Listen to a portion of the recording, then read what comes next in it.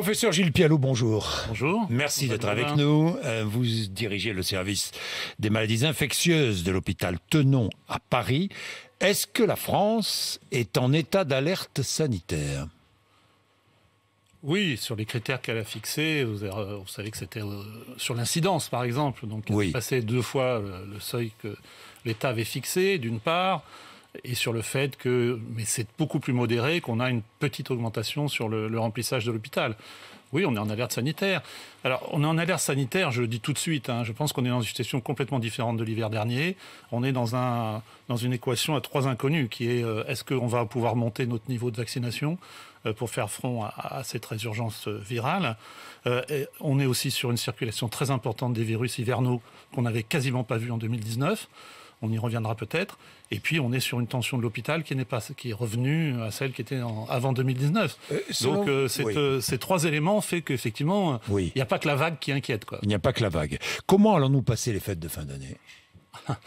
L'année dernière, là, c'est difficile de faire des prévisions, mais que disiez-vous ? Je me souviens. J'étais fait allumer, j'avais dit que ça serait par Skype. Oui. Donc je pense que les gens ont appris. On a un taux de vaccination qui est une réussite quand même très, très importante au niveau européen. Juste une anecdote. Lundi, j'ai été interviewé par la télé officielle autrichienne. Et je pensais qu'ils allaient me faire parler de l'Autriche. Et en fait, ils faisaient une émission spéciale sur le sujet, c'est un élément positif, pourquoi la France est un exemple. Donc, voilà, on est aussi parfois regardé à l'extérieur comme un exemple. Je trouve que je voulais le préciser. Donc oui, à cause notamment de l'effet du pass sanitaire, du fait qu'on a quand même réussi à tamiser cette 4e vague. Mais c'est vrai que cette résurgence vaccinale, au moment où il y a une circulation virale, c'est très simple, il y a des messages très clairs. Il va falloir revoir le capacitaire des fêtes de Noël. Ça ne sera pas les fêtes de Noël de 2019. Alors voilà, je ne veux pas être oiseau de mauvais augure. Les grands-parents d'un côté, non, on n'est pas dans cette situation-là. Mais il va falloir protéger il va falloir rentrer 3 éléments. 1, il y a d'autres virus qui circulent. 2, il va falloir se vacciner contre la grippe parce que c'est pas fromage ou dessert. Il faut se faire vacciner contre la grippe. Ça n'a rien à voir avec la vaccination de la 3e dose. C'est 2 éléments complètement différents. Et bien sûr qu'il faut faire les 2.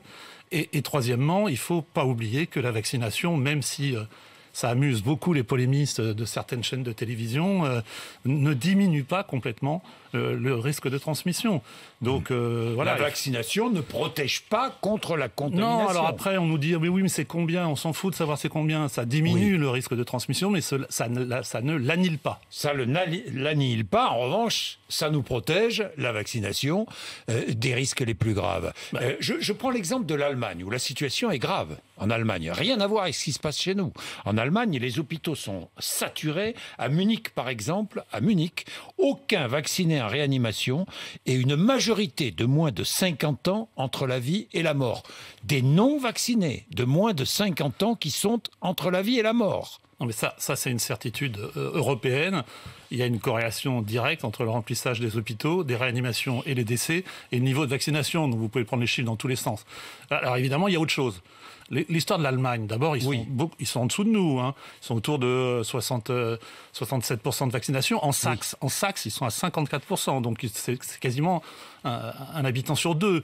Et on sait très bien qu'il y a probablement un moment où l'effet protecteur apparaît clairement. Vous voyez ce que je veux dire ? Alors on ne peut pas le fixer, mais à un niveau de taux de vaccination... Au-delà, par exemple, de 75%, alors, on voit l'effet protecteur du vaccin. Le contre-exemple, c'est... Collectif, oui. Le contre-exemple, c'est les Pays-Bas qui sont presque au même niveau que nous en taux de vaccination et qui ont aussi une résurgence importante. Mais il n'y a pas que ça. Il n'y a pas que ça. On l'a vu avec l'Autriche. C'est pas seulement leur taux de vaccination. C'est aussi une défiance très importante par rapport au vaccin qui est beaucoup plus importante que chez les Français. Et aussi un relâchement des mesures barrières qui est encore plus important que ce qu'on a observé en France. Donc c'est un ensemble qui explique la situation, mais effectivement, c'est très préoccupant, parce que l'Allemagne a été quand même montrée en exemple au niveau de son capacitaire, son niveau de réanimation, etc. Ses hôpitaux, donc ça prouve que, excusez-moi, mais je me répète depuis longtemps, ça prouve que c'est la prévention combinée, et franchement, je pense qu'il faut le redire, c'est exactement l'histoire de la sécurité routière. Alors, il paraît que maintenant, c'est devenu un spot de prévention. C'est qu'on ne pourra pas se passer des mesures barrières, de la vaccination, du pass sanitaire et du dépistage.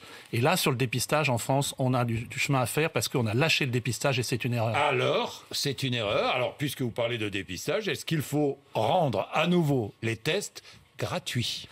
Mais moi, je pense qu'il faut mettre ça sur la table et que j'y suis favorable. J'y suis favorable pourquoi ? Parce que, bien sûr que le test protège moins que le vaccin, mais c'est un outil de plus. C'est un outil de plus. Pour détecter plus tôt ? Oui, pour détecter plus tôt, pour isoler. Et puis, il y a quelque chose qu'on a appris de toutes les maladies transmissibles, du sida, des hépatites, c'est que quelqu'un qui se sait positif n'a pas le même comportement. C'est humain, n'a pas le même comportement. Et il s'isole, il prend des mesures, etc., que quelqu'un qui est dans le doute. Et là, on va être dans une situation hivernale où les gens vont avoir plein de symptômes qui ressemblent à un Covid bénin et ils ne vont pas se faire dépister. Or, il faut augmenter le niveau de dépistage. Donc il faut revenir à la gratuité des tests. Oui, et puis il y a une deuxième raison qu'a donnée Santé publique France dans son dernier bulletin, c'est que ça a allongé le délai entre le moment du début des symptômes et presque à 3 jours, et le test n'a jamais été aussi long. Donc non seulement on a perdu 24% de dépistage chez les asymptomatiques, c'est les données de Santé publique France, mais en plus on a allongé. Donc là on n'est pas bon. On revient à la gratuité des tests. Ça, c'est une décision politique. Moi, je vous dis qu'en tant qu'infectiologue, vous la demandez. J'y suis favorable. Et l'Allemagne, d'ailleurs, y est revenue. C'est vrai que l'Allemagne est revenue. Gilles Pialou, parlons de la vaccination. La vaccination qui a fait baisser les hospitalisations des personnes les plus âgées et les plus fragiles. C'est incontestable. C'est la vaccination dans le pass sanitaire. Mais là dans aussi, le pass sanitaire. Là aussi, les chiffres sont édifiants. Santé publique française a publié, dans les EHPAD, c'est 96% de décroissance des décès pour la 3e vague. Et grâce au vaccin. 96% bien sûr que c'est le vaccin, plus les mesures barrières, plus etc. Mais c'est évidemment le vaccin qui tracte tout ça. Oui. Les non-vaccinés, des bombes virales, dit Renaud Muselier. J'ai entendu ça hier matin. En fait, cette épidémie, c'est... Il ne faut pas stigmatiser les non-vaccinés. Il ne faut pas stigmatiser. Vous savez, l'histoire de l'Autriche, là, ils ont dit on va confiner les non-vaccinés. Alors, qu'en pensez-vous ? Je pense que sur le plan médical, ça a un sens, puisque c'est effectivement les non-vaccinés qui remplissent les hôpitaux. Il faut être clair sur ça. Moi, j'ai 8 lits, j'ai 7 non-vaccinés. Donc, 8 lits aujourd'hui ? Oui, en permanence, c'est 6 ou 7 non-vaccinés. Mais ce n'est pas des anti-vax, c'est aussi des gens qu'on n'est pas allé chercher. C'est aussi des gens qui disaient... alors, des fois, les arguments sont complètement allumés, mais c'est des arguments qui peuvent être rattrapés. Vous voyez ce que je veux dire ? Alors, parfois, on tombe un peu de la chaise. Hein. Il y en a un qui m'a dit je ne suis pas vacciné parce que dans mon milieu de travail, tout le monde est vacciné autour. Bon, après, voilà. Puis, il y a des gens qui se font coincer, quoi. Je veux dire... Mais alors, est-ce que vous êtes favorable à un confinement des personnes non vaccinées ? Mais ils le sont. Enfin, d'abord, tout ce qui est confinement passe mal. Vous l'avez compris. Oui. Donc, je pense qu'il y a des mesures. Avant pour ça. Il faut aller chercher déjà les 1,5 million ou 1,7 million. Oui, mais on ne va pas les chercher. L'obligation est efficace. Mais l'obligation vaccinale, on va l'élargir, c'est sûr. Mais, enfin, ça, si l'incidence continue à augmenter, il y a 2 choses qu'on va élargir. Ce qu'on rentre dans le pass sanitaire, et je crois que le président de la République a un peu ouvert la porte à ça en parlant de la tranche en dessous de 65 ans, donc les plus de 50 ans, qui, à mon avis, vont un jour rentrer dans le pass sanitaire si ça continue, dans le pass sanitaire avec une 3e dose obligatoire. Et puis, effectivement, je pense qu'il faut élargir l'obligation vaccinale bien au-delà des soignants à des métiers qui sont en permanence avec le public. Tout ça pour échapper au confinement. La vaccination doit être obligatoire pour toutes celles et ceux qui sont... Élargir l'obligation. Élargir pour toutes celles et ceux qui sont en contact avec le public, c'est ce que vous dites. Oui, enfin, je pense que c'est des mesures de bon sens pour éviter ce qui est insupportable pour les Français, qui jouent sur leur psychisme, qui est toutes les formes de confinement. Est-ce qu'un jour, tout le monde sera obligé de passer par la 3e dose, pour un rappel ? Ça, d'abord, il faut comprendre quelque chose. Il y a vraiment un écart entre l'augmentation de l'incidence. Quand, par exemple, vous prenez entre le 1er et le 7 novembre, il y a eu plus 44% d'augmentation de l'incidence des nouveaux cas. L'incidence des nouveaux cas, oui. Mais quand vous regardez, il y avait plus 9% en hospitalisation et plus 10% en réanimation. Donc il y a vraiment un écart. Et cet écart est expliqué par la vaccination, indiscutablement. C'est-à-dire qu'il y a plus de cas, mais heureusement, à peine plus d'hospitalisation. Vous avez vu les chiffres d'hier, 19 900 nouveaux cas. Et en plus, dans un dépistage qui a été baissé par le sujet que vous disiez tout à l'heure, qui était le non-remboursement partiel.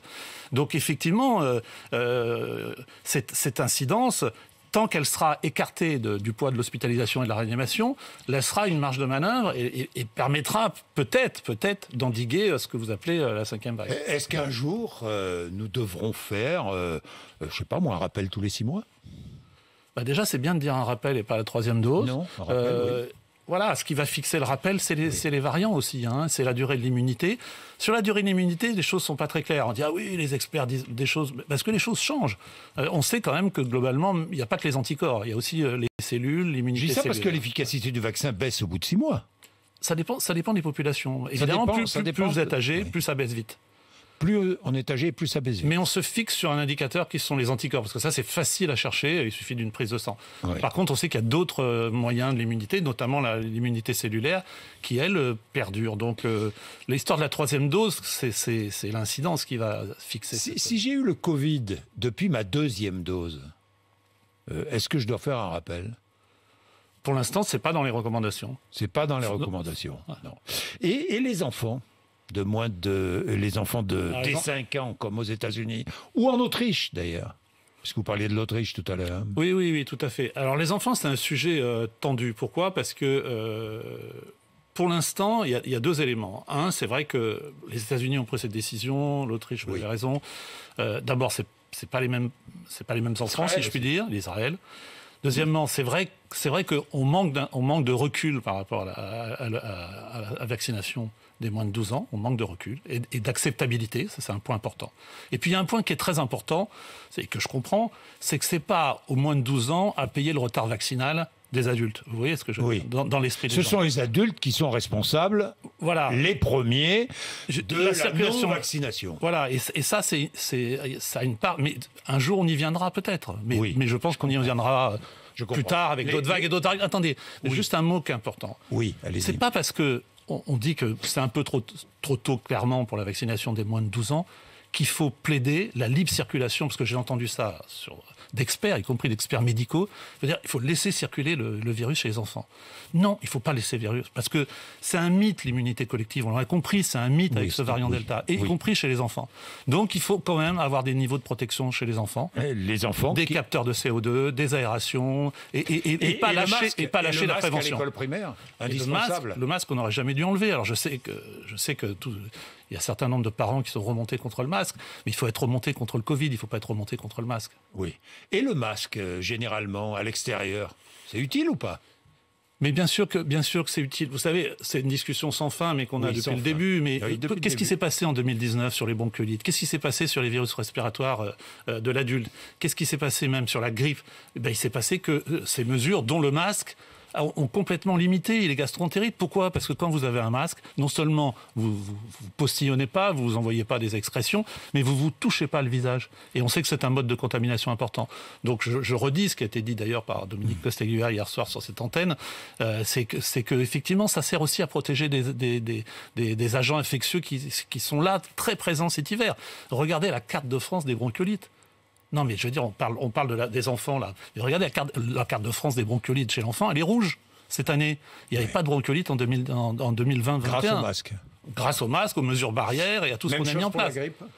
La grippe, très clairement, il y a la vaccination. Je sais qu'il y a toujours une partie de la population qui le doute, mais les gens vont mettre dans leur tête, ah oui, on a déjà une 3e dose, donc on va pas en plus, mais ça n'a rien à voir. C'est pour ça que je dis c'est fromage et dessert.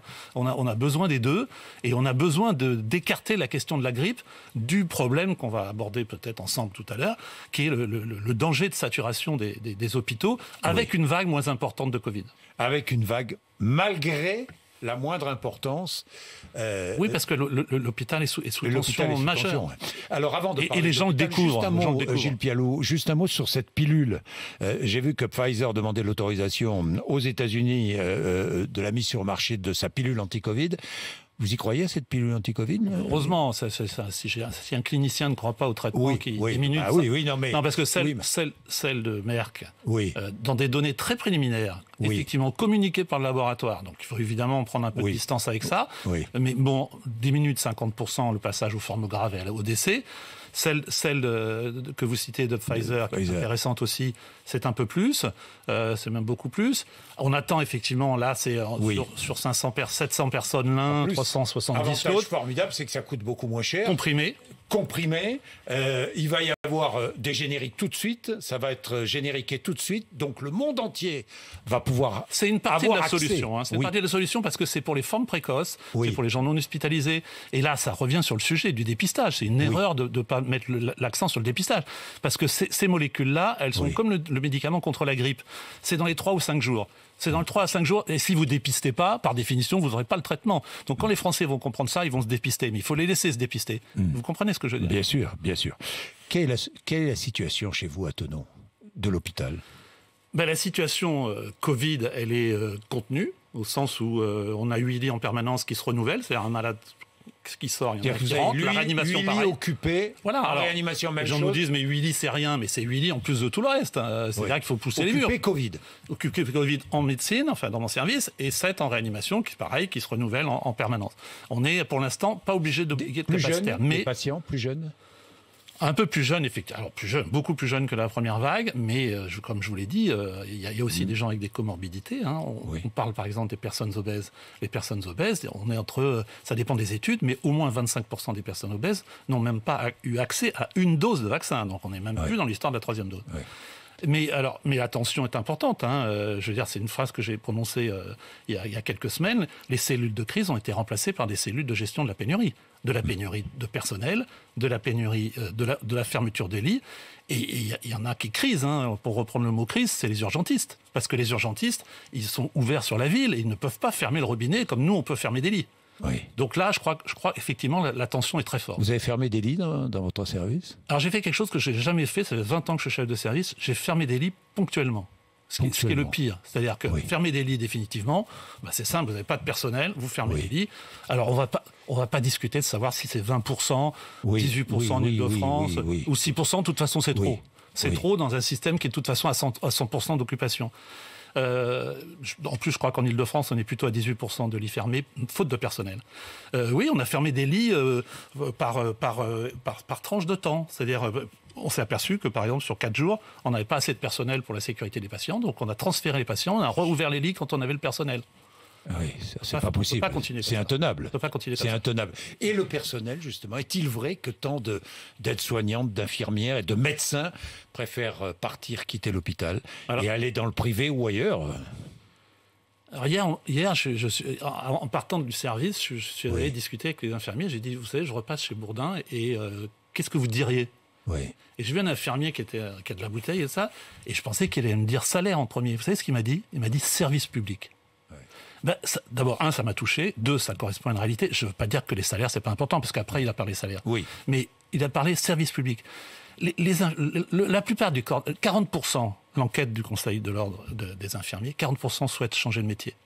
40%. C'est très inquiétant, bien sûr. Mais ça date pas du Covid. Le Covid est venu aggraver une situation. Est-ce que vous avez remarqué que dans la campagne présidentielle, pour l'instant, on n'en parle pas Alors, je peux vous dire, trop peu. Je fais tous les efforts que je peux, en privé, en public, et je ne suis pas le seul. On est plusieurs à intervenir sur ça, et vous avez entendu Karine Lacombe et d'autres.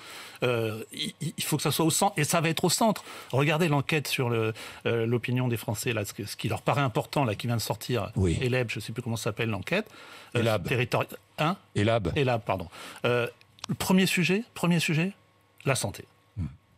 Que ça soit individuel ou collectif, c'est la santé. Devant l'immigration, devant l'environnement, devant la sécurité. De quoi on a parlé jusqu'à maintenant ? De l'immigration, de la sécurité et un peu de l'environnement. Donc, je pense que les candidats vont comprendre que l'hôpital... Parce que pourquoi l'hôpital public a tenu pendant le Covid ? Vous savez ça ? Pourquoi ? C'est pas un quiz. Parce que d'abord, il y avait le sens du service public. 2, parce qu'il y avait l'administration et les médecins qui étaient main dans la main, ce qui n'est pas du tout la gouvernance habituelle à l'hôpital. Troisièmement, parce qu'il y avait le quoi qu'il en coûte, effectivement, du président de la République. Et puis, il y a eu une solidarité entre le privé et le public, et entre les régions. Ces 5 éléments, vous ne pensez pas que c'est une réflexion pour les politiques pour comment on peut améliorer l'hôpital ? Alors, je sais qu'il y a des choses qui ont été faites. La fin du numerus clausus, le président l'a annoncé, mais ça, c'est des effets à 5 ans. Nous, là, on attend des effets à 3 mois. Vous avez pensé quitter l'hôpital public ? Pas du tout. Non, parce que des médecins... J'aurais pu prendre ma retraite déjà. Oui. Non, pas du tout, parce que je suis attaché à ça. Je trouve que c'est universitaire, c'est une façon de faire de la recherche, c'est une façon de... Vous seriez mieux payé dans le privé ?